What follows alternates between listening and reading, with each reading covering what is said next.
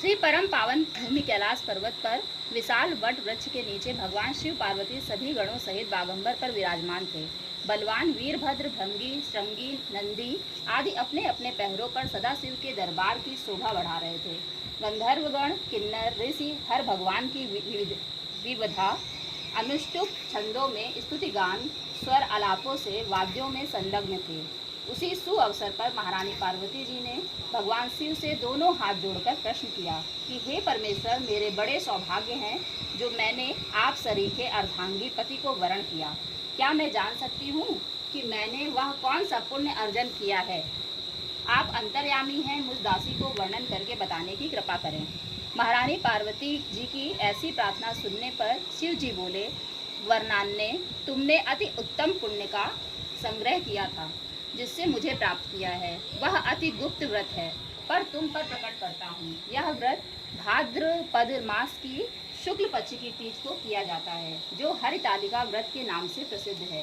जैसे तारागणों में चंद्रमा, नवग्रहों में सूर्य, वर्णों में ब्राह्मण, देवताओं में गंगा, पुराणों में महाभारत, वेदों में सोम, इंद्रियों में मन, वैसे ही सब व्रतों में यह व्रत श्रेष्ठ है। जो हरितालिका तीज हस्त नक्षत्र युक्त पड़े वह और भी महान पुण्यदायक होती है। ऐसा सुनकर पार्वती जी ने कहा, हे परमेश्वर, मैंने कब और कैसे यह तीजा व्रत किया था? विस्तार के साथ श्रवण करने की इच्छा है। इतना सुन भगवान शंकर बोले कि भाग्यवान उमा, भारतवर्ष के उत्तर में हिमालय श्रेष्ठ पर्वत है। उसके राजा का नाम हिमांचल है। वहाँ तुम भाग्यवती रानी मैना से पैदा हुई थी। तुमने बाल्यकाल से ही मेरी आराधना करना आरंभ कर दिया था। कुछ उम्र बढ़ने पर तुमने हिमालय की दुर्गम गुफाओं में जाकर सहेली सहित मुझे पाने हेतु तप आरंभ किया।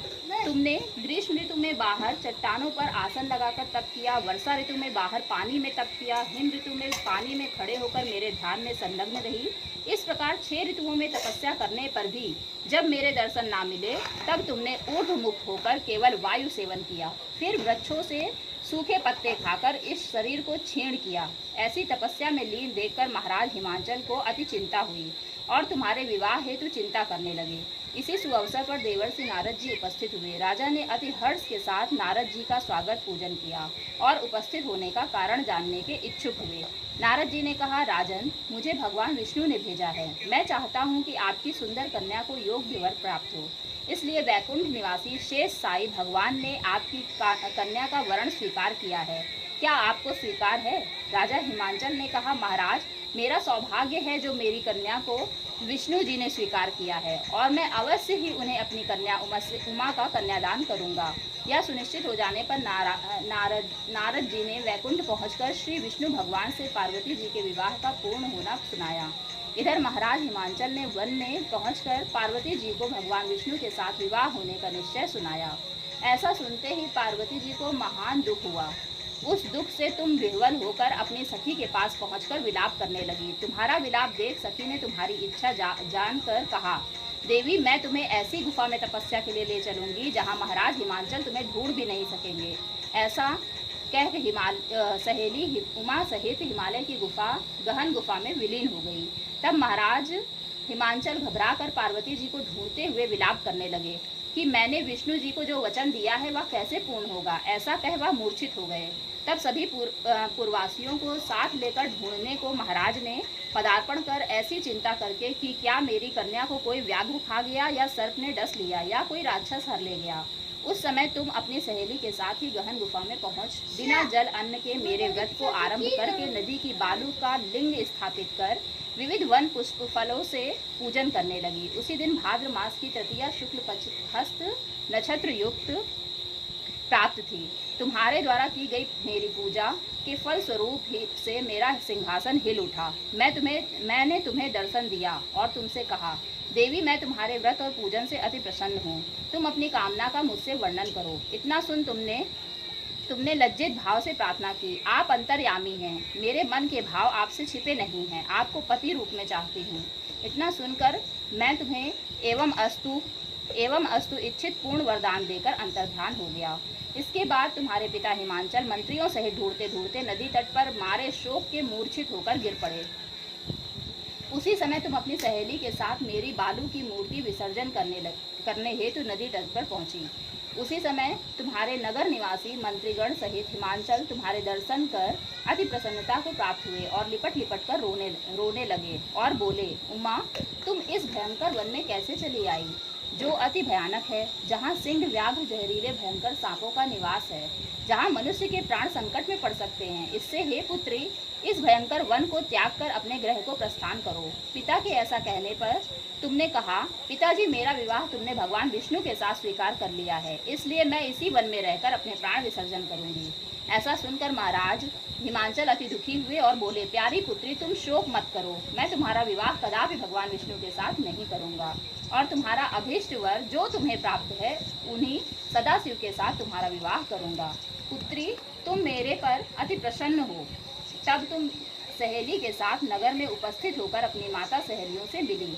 कुछ समय बाद शुभ मुहूर्त में तुम्हारा विवाह वेद विधि के साथ महाराज हिमांचल व महारानी मैना ने मेरे साथ कर पुण्य अर्जन किया। हे सौभाग्यशालिनी, जिस सहेली ने तुमको हरण कर हिमालय की गुफा में रख मेरा तीज व्रत किया, इसी से इस व्रत का नाम हरतालिका पड़ा और यह व्रत सभी व्रतों का व्रतराज हुआ। इस पर माता पार्वती ने कहा, प्रभु, आपने मेरे मिलने की सुखद कथा सुनाकर मुझे प्रसन्न तो किया, पर इस व्रत के करने का विधान व फल मुझे नहीं सुनाया, इसलिए कृपा करके मुझे इसके करने की विधि व पृथक पृथक फल भी सुनाइए। इतना सुन के भगवान शिव ने कहा, प्रिय, मैं इस व्रत राज का संविधान फल सुना रहा हूँ। यह व्रत सौभाग्यशाली नारी व पति चाहने वाली कन्याओं को करना चाहिए। यह व्रत भाद्र पद के शुक्ल पक्ष की द्वितीया के शाम को आरंभ कर तीज का व्रत धारण करे। यह व्रत निराहार, बिना फल आहार और निर्जल रहकर करना चाहिए।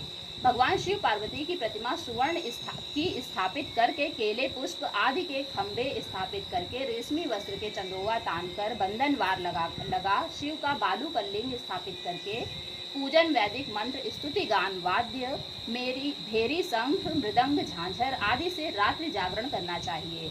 और भगवान शिव का पूजन करने के बाद फल, फूल, पकवान, लड्डू, मेवा, मिष्ठान, तरह तरह के भोग की सामग्री समर्पण कर फिर ब्राह्मण को द्रव, अन्न, वस्त्र, पात्र आदि का दान श्रद्धा युक्त देना चाहिए। भगवान शिव को प्रति वस्तु को सिद्ध पांचरी मंत्र से ओम नमः शिवाय कहकर समर्पित करना चाहिए।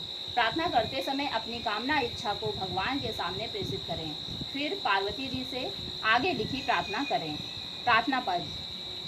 जय जग माता मेरी भाग्य विधाता, तुम हो पार्वती शिव प्यारी, तुम दाता नंद पुरानी, सती संतों में रेख तुम्हारी, जय हो आनंद दाता।